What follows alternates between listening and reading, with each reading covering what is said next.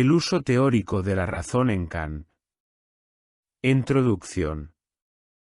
La filosofía de Kant marca un punto de inflexión en la historia del pensamiento occidental, en una nueva era en filosofía llamada la Revolución Copernicana. Se suele decir que Kant es la síntesis entre el empirismo y racionalismo, aunque sería quedarse corto, ya que Kant se preocupó de muchos otros temas. Inaugura el idealismo alemán que será continuado por figuras como Fichte, Schelling y Hegel. Para entender a Kant hay que entender su contexto histórico. El racionalismo postulaba que el conocimiento se adquiría a través de la razón, el empirismo sostenía que era a través de la experiencia.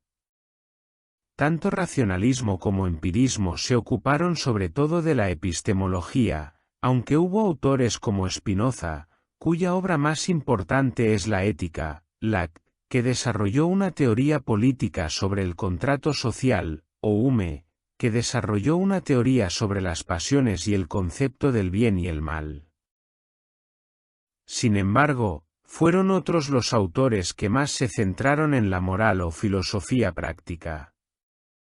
Así, los filósofos de la Ilustración, Diderot, Voltaire o Montesquieu, utilizaron la razón para criticar las convenciones políticas, sociales y religiosas de su época.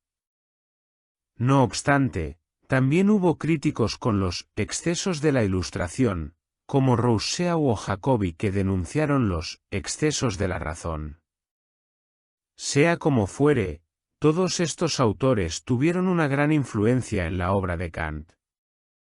Su obra se suele dividir en dos partes. Período precrítico, 1748-1781, que abarca sus primeros escritos hasta la CRP, Crítica de la razón pura. Es una etapa de formación académica en la que se ve influenciado por la metafísica racionalista de Leibniz y Wolff, Christian, 1679-1754, la matemática y la física de Euler y Newton. Período crítico, 1781-1804, va desde la publicación de la CRP hasta su muerte. Incluye la trilogía, aunque no son sus únicas obras.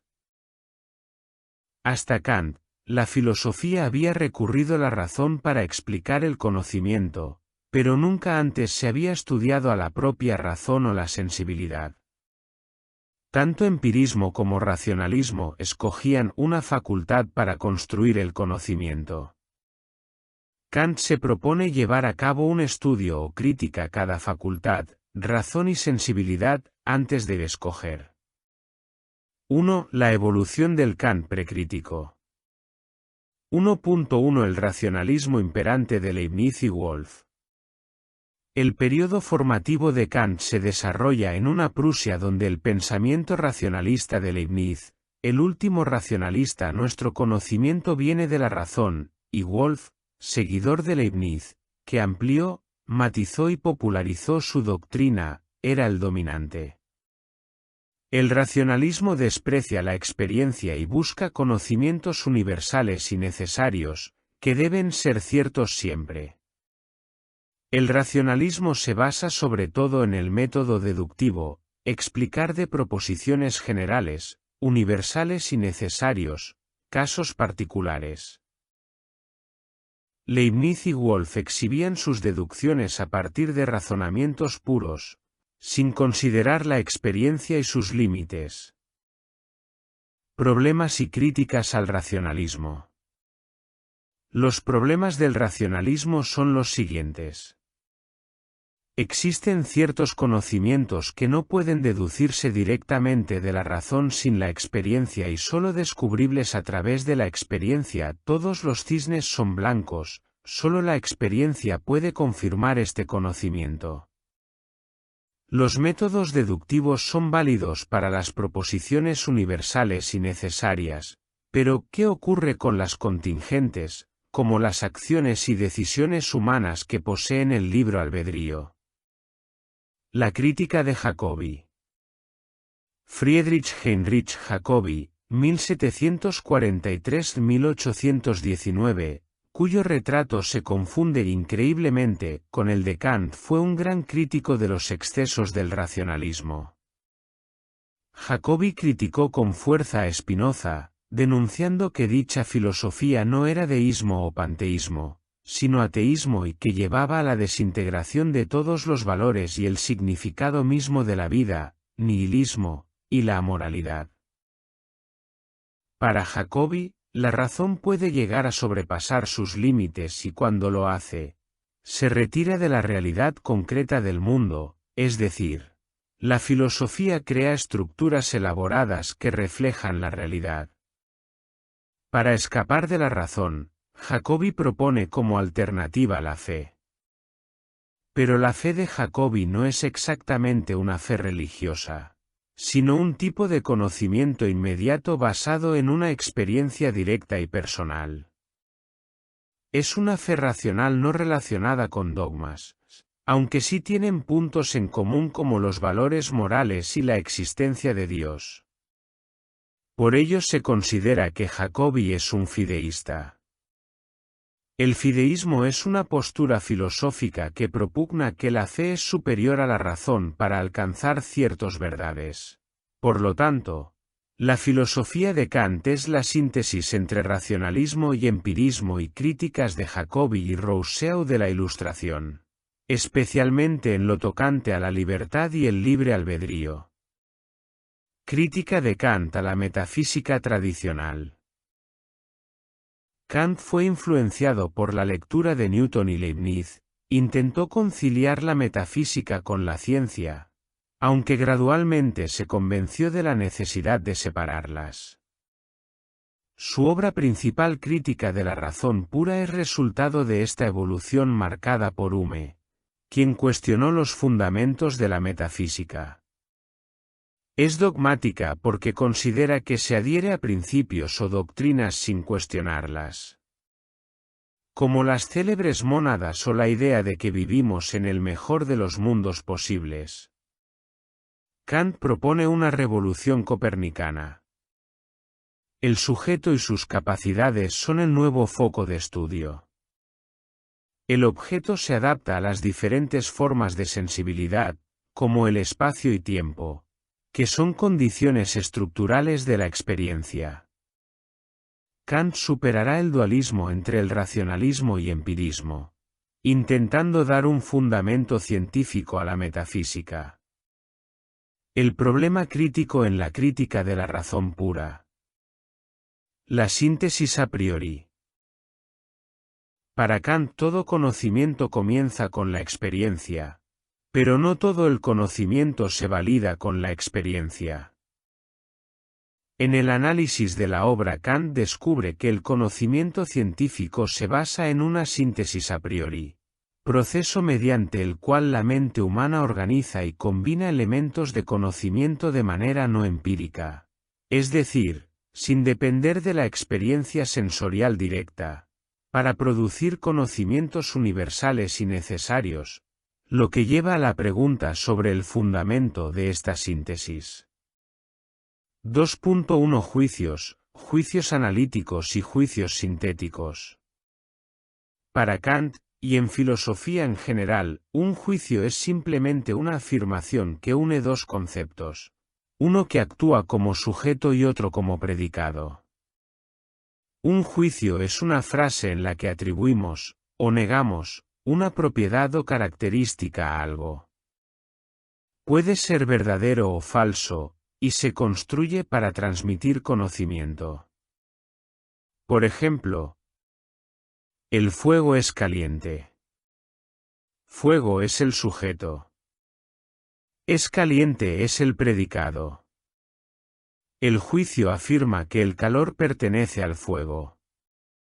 Kant afirma que el conocimiento científico se compone de juicios analíticos, donde el predicado no agrega nada nuevo al sujeto, son tautologías, y se basan en el principio de contradicción.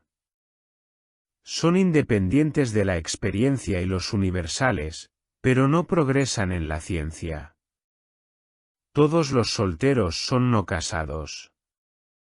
Aquí no casados ya está contenido en la idea misma del soltero, no necesitas mirar el mundo para saberlo. Basta entender el concepto de soltero.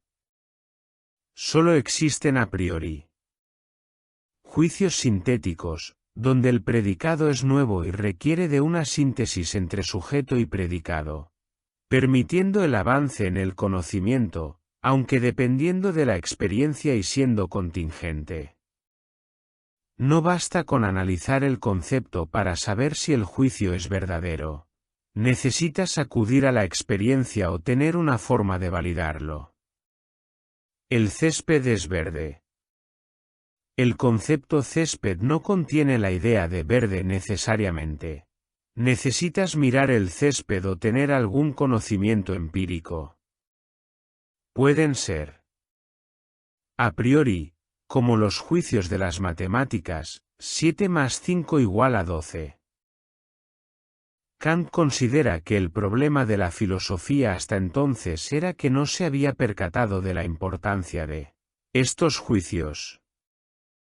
A posteriori, dependen de la experiencia y son los propios de las ciencias empíricas, ciencias naturales y la física. El agua hierve a los 100 grados. 2.2 Juicios sintéticos a priori. Kant sostiene que los juicios sintéticos a priori son los juicios adecuados para la filosofía ya que no depende de la experiencia para ser conocido, como todo juicio a priori, su verdad es necesaria y universal. Si así fuese no estaría haciendo filosofía, sino ciencias empíricas, permiten el avance del conocimiento. Amplía el conocimiento, como todo juicio sintético, el predicado añade algo que no está en el sujeto.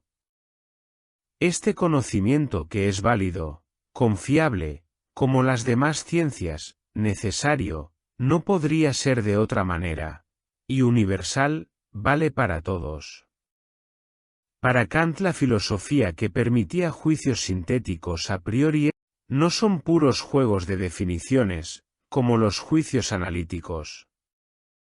Kant pensaba que antes de él, los filósofos no habían entendido cómo era posible que existiera conocimiento como el de las matemáticas o las ciencias naturales. Entonces, Kant plantea que nuestra mente estructura la experiencia de tal manera que ciertos juicios sintéticos a priori son posibles. A priori, independiente a la experiencia, a posteriori, con experiencia. Analítico, explica, todo soltero es no casado. El predicado ya está en el sujeto. No existen juicios analíticos a posteriori. Sintético, amplía, 7 más 5 igual a 12. Todo acontecimiento tiene una causa. Añaden algo nuevo, pero necesario. La manzana es roja. Depende de ver la manzana. 3. La revolución copernicana de Kant. Kant propone un cambio de perspectiva, donde el sujeto no se adapta al objeto, sino que es el objeto el que se adapta a las leyes del conocimiento humano. Este enfoque pretende demostrar que los juicios sintéticos a priori, sin necesidad de la experiencia, son posibles ya que el sujeto impone sus formas de sensibilidad, como recibimos las percepciones, y entendimiento, como las procesamos. 3.1 Razón, Vernunft, y entendimiento, Verstand. Entendimiento, Verstand, emoticono cara de disgusto igual a razón, Vernunft.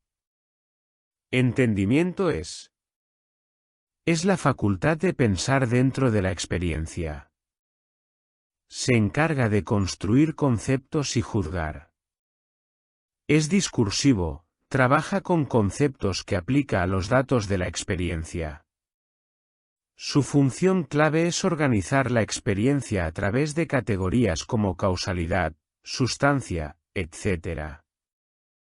El entendimiento hace posible el conocimiento empírico. Sin él, no podríamos tener experiencias ordenadas o coherentes. Razones. Es la facultad de pensar más allá de la experiencia. Busca la totalidad, la unidad sistemática y los principios últimos. Se ocupa de ideas trascendentales, como Dios, el alma, y el mundo como un todo. No da conocimiento empírico, sino que regula el uso del entendimiento. Su impulso natural es ir más allá de la experiencia posible, lo que puede conducir a ilusiones trascendentales si no se controla. La razón no conoce directamente, pero guía el entendimiento hacia una unidad sistemática del conocimiento. Imagina que ves caer una piedra desde una torre. El entendimiento aplica el concepto de causalidad, interpreta que la piedra cae debido a la gravedad. También usa otras categorías como sustancia, la piedra como objeto, cantidad, peso, tamaño, y relación. La caída como un proceso en el tiempo. Con todo eso, produce un conocimiento empírico, la piedra cae porque actúa sobre ella una fuerza natural. Este conocimiento es válido, verificable y está dentro de los límites de la experiencia. La razón en acción. Ahora imagina que te preguntas: ¿por qué existe la ley de la gravedad? ¿Cuál es la causa última del movimiento en el universo? ¿Tiene un fin el universo? ¿Existe un ser supremo que lo haya ordenado todo? Estas son preguntas que surgen de la razón. Fundamento último de todo. Pero Kant advierte que, aunque estas preguntas son inevitables y útiles para orientar la investigación, la razón no puede dar respuestas concluyentes, porque va más allá de la experiencia posible. Ahí es donde pueden aparecer las ilusiones metafísicas, como pensar que podemos demostrar racionalmente la existencia de Dios, el alma inmortal o el inicio del universo. 3.2 Límites del conocimiento, sujeto y objeto. Kant se plantea, a diferencia de pensadores anteriores, cuáles son los límites del conocimiento. Es decir, resumiendo, Kant pone el foco en el sujeto, que, al fin y al cabo, es el que determina la percepción del objeto y es partícipe en la construcción del conocimiento, cuando, tradicionalmente, estaba en el objeto. De ahí que se le llame la revolución o giro copernicano de Kant, ya que al igual que Copérnico tuvo en cuenta el propio movimiento de la Tierra, no como los antiguos astrónomos. 3.3 El concepto de trascendental. Kant introduce el concepto de trascendental que alude a la manera con la que nos relacionamos con los objetos, siendo la sensibilidad y el entendimiento condiciones a priori para la experiencia. 3.4 La CRP, EAD. La CRP se divide en tres partes. Estética trascendental. Estudia las condiciones sensibles del conocimiento y explica cómo surgen juicios sintéticos a priori en las matemáticas. Analítica trascendental. Investiga el entendimiento y la posibilidad de juicios sintéticos a priori en la física. Dialéctica trascendental. Aborda el problema de la metafísica y su relación con los juicios sintéticos a priori. 4. La estética trascendental. El conocimiento sensible y sus formas. La primera parte de la CRP, la estética trascendental, se ocupa de estudiar cómo percibimos el mundo. La filosofía tradicionalmente había dividido en dos ramas, los sentidos y el entendimiento. Estas dos ramas difieren entre otras cosas en su naturaleza. Pese a todo, Kant sostiene que probablemente brotan de una raíz común, aunque desconocida para nosotros. A través de los sentidos los objetos nos son dados y a través del entendimiento son pensados. Por lo tanto, dice Kant, habrá que estudiar por separado ambas formas de conocimiento. La estética trascendental se dedica a estudiar las estructuras o formas a priori de la sensibilidad. El modo en que el hombre recibe las sensaciones y forma el conocimiento sensible. Para entender la estética de Kant es preciso tener claros ciertos conceptos como: la sensación es pura modificación que el sujeto recibe, pasivamente, por obra del objeto. Por ejemplo, si nos acercamos a un radiador sentiremos calor.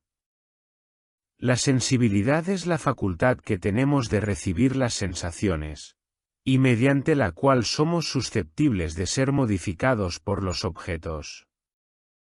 La intuición es el conocimiento inmediato de los objetos. Según Kant, el ser humano posee un solo tipo de intuición, la sensible. El entendimiento no intuye ya que, cuando piensa, utiliza los datos que le proporciona la sensibilidad. Los poseen todos los seres vivos. El concepto es un nivel superior, que son representaciones mentales abstractas que pueden ser descritas con palabras, por eso animales y bebés todavía no tienen. Los conceptos requieren un aprendizaje. Dentro de la intuición, Kant encuentra: o intuición empírica es aquel conocimiento sensible en la que están presentes las sensaciones. Por sí solas no constituyen ningún tipo de sensación o experiencia en sentido estricto. Todavía necesitan ser ordenadas, como el agua en un vaso. O intuición pura, aquellas que no necesitan de sensaciones concretas, son el tiempo y el espacio.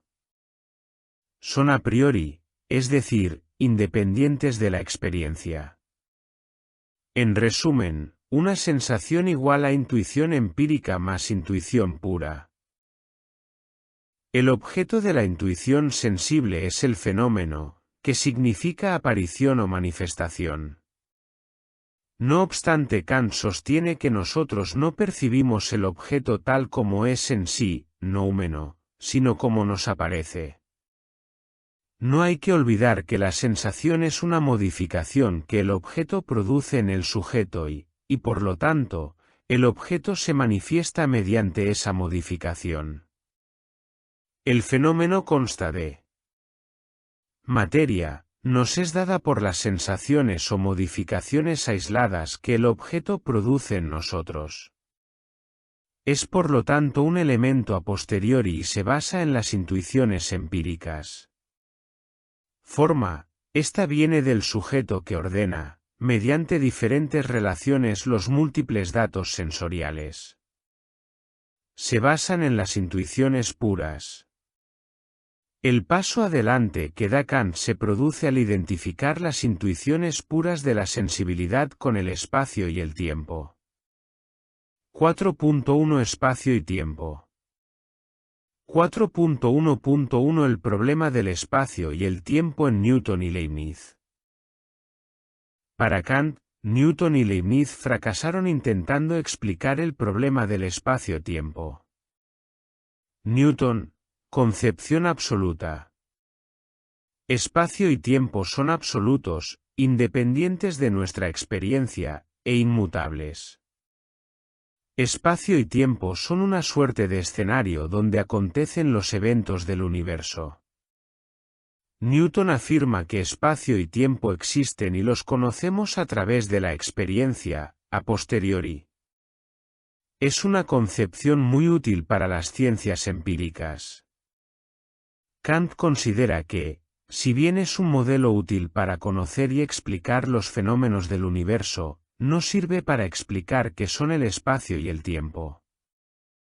Kant argumenta que mediante la experiencia podemos obtener las características de una planta o un planeta que ocupan un espacio en un tiempo determinado, pero no puedo observar ni el espacio ni el tiempo, por lo tanto espacio y tiempo son a priori. Además, critica que Newton no defina qué son. Leibniz, concepción relativa. Espacio y tiempo no existen, son el resultado de relaciones entre objetos y eventos. Como no existen, no hay necesidad de definirlos. 5. La analítica trascendental, el conocimiento intelectivo y sus formas a priori. En el entendimiento los objetos son pensados. Kant afirma que sin sensibilidad ningún objeto nos sería dado y sin entendimiento ninguno sería pensado. Es decir, los pensamientos sin contenido están vacíos y las intuiciones sin conceptos son ciegas. Para Kant pensar es lo mismo que juzgar, de ahí que utilice el término de juicios. La lógica es la ciencia del entendimiento en general y se divide en lógica general. Esta prescinde de los contenidos y se limita a estudiar las leyes y principios del pensamiento. Lógica trascendental, busca el origen de los conceptos a priori del entendimiento, pero sin prescindir de los contenidos. 5.1 Las categorías. Los diversos modos en que el entendimiento unifica y sintetiza son los llamados conceptos puros del entendimiento, o categorías. Kant distinguió hasta 12 formas de juicio, pensamiento, y, por lo tanto, habrá 12 categorías a partir de estos juicios. Para Aristóteles las categorías eran géneros de la realidad, mientras que para Kant son modos de funcionar del pensamiento, es decir, son formas de sintetizar. 5.1.1 La deducción trascendental. Kant busca justificar la validez de las categorías a través de la deducción trascendental que permite cómo los fenómenos, en apariencia inconexos, se unifican en un solo objeto. Esta unificación, según Kant, no puede depender del noumeno, ni de las impresiones sensibles, sino de la actividad unificadora del entendimiento. Este proceso remite a una unidad suprema, el yo pienso. Sin embargo, a diferencia de Descartes, Kant considera que el yo pienso no es sustancia, sino una condición pura de nuestros pensamientos. 5.1.2 La analítica de los principios. Kant busca con la analítica de los principios establecer un canon de uso objetivo de las categorías. Mediante el esquematismo aborda cómo las categorías se aplican a los fenómenos a través de un esquema, conexión entre categoría e intuición mediada por el tiempo. 5.1.3 El conocimiento científico. Para Kant el conocimiento científico es universal y necesario, pero está limitado al ámbito fenoménico, a cómo el objeto es dado al sujeto. 5.1.4 El noúmeno o la cosa en sí. El noúmeno o la cosa en sí es el objeto real y no el que nos viene dado.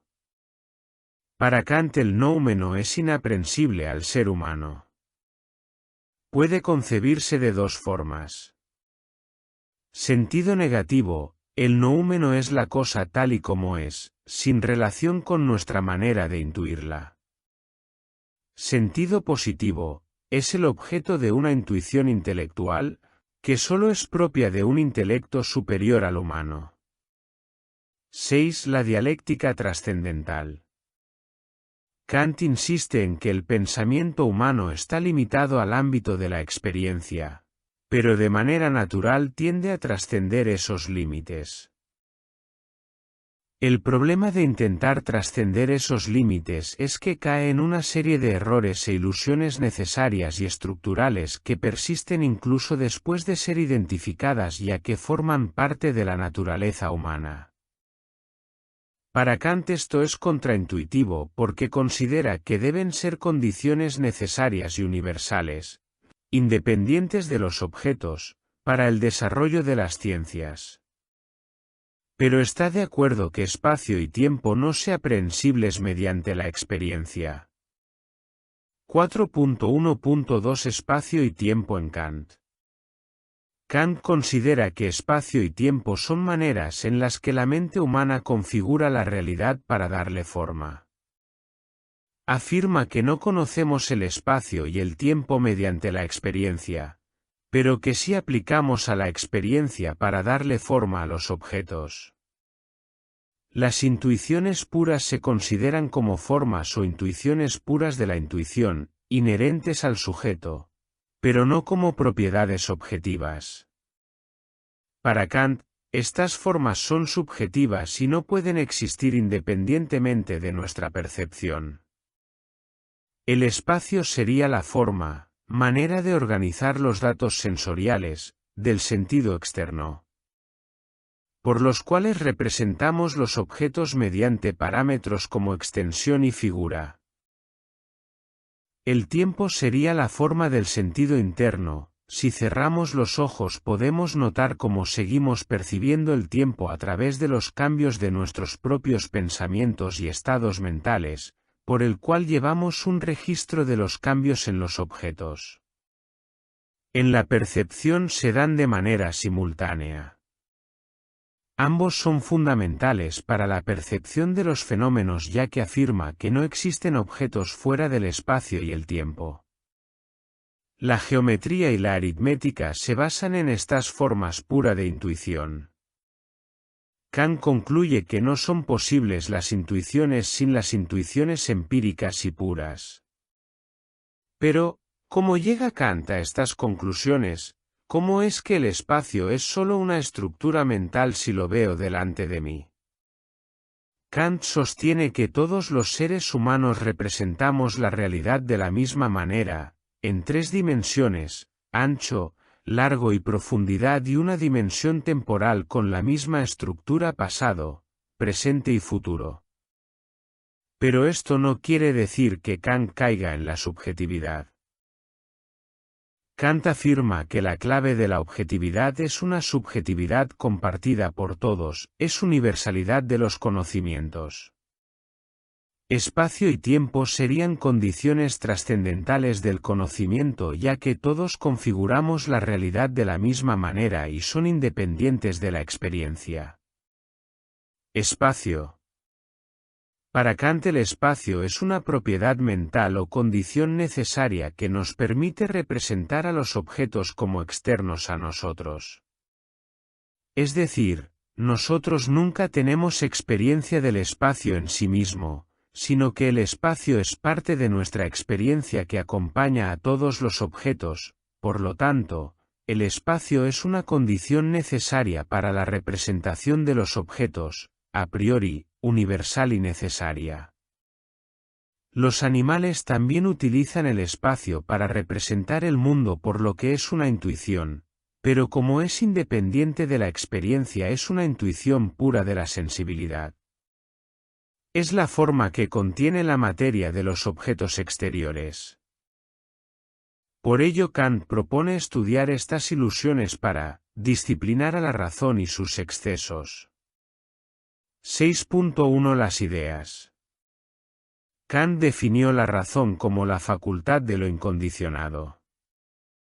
En su búsqueda más allá de la experiencia de los fundamentos supremos y últimos, reduciendo los principios del entendimiento a las condiciones incondicionadas llamadas ideas. No obstante, la razón por sí misma no conoce nada.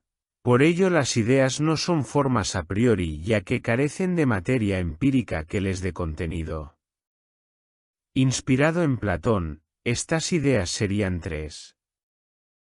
Alma, es una idea psicológica, que la psicología racional, con la que Kant es muy crítico, busca como principio incondicionado que subyace a todos los fenómenos psíquicos.